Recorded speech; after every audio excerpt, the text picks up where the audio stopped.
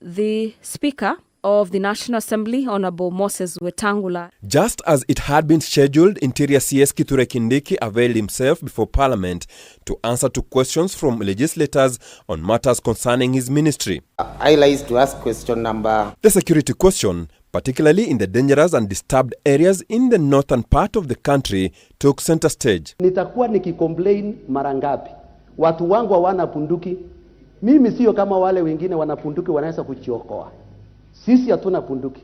Wasiri na anaelewa.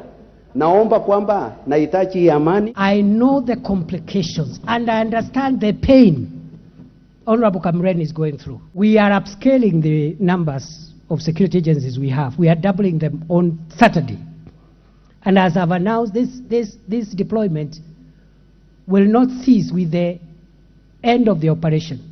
Kindiki also told Parliament that plans were underway for the National Police Service to acquire at least 3 gunship helicopters and surveillance drones to end their dependence on the Kenya Defence Forces. I am going back to the operation area, and I am going to stick there a little longer.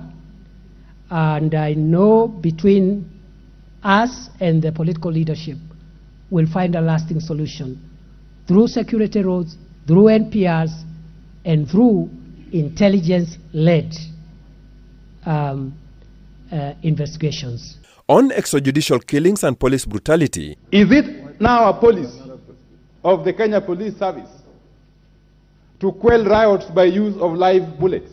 All officers in the National Police Service and all security agencies who are involved in managing public protests, demonstrations and riots and crowd control are under very strict instructions not to use live bullets when dealing with members of the public. On the matter of citizen registration, Kindiki was under fire over what was termed by the leader of majority as too much bureaucracy that has left many Kenyans to turmoil in search of crucial identification documents. I have listened to the CS very carefully, and Mr. Speaker, this small matter of birth registration may look small, but the inconveniences it gets to people and to the public at large are huge. You want to take your child to grade 1 to register for NEMIS, you need a birth certificate. You want to get a passport, you will need a birth certificate. So Where do you sit as a cabinet secretary in terms of implementing that policy on the digitization of government services? Because you cannot be talking about low levels of staff while we are also complaining of a huge wage bill in the public service, when the president is telling us about digitization and the CS is telling us that he's modernizing printing. The issue of criminal gangs and illicit drugs was also placed before the CS, who acknowledged the menace requires more attention. We are doing everything possible to make sure that we have a final end of this problem. It cannot be done in a month, 2 months, 6 months, 1 year, but we will reach there.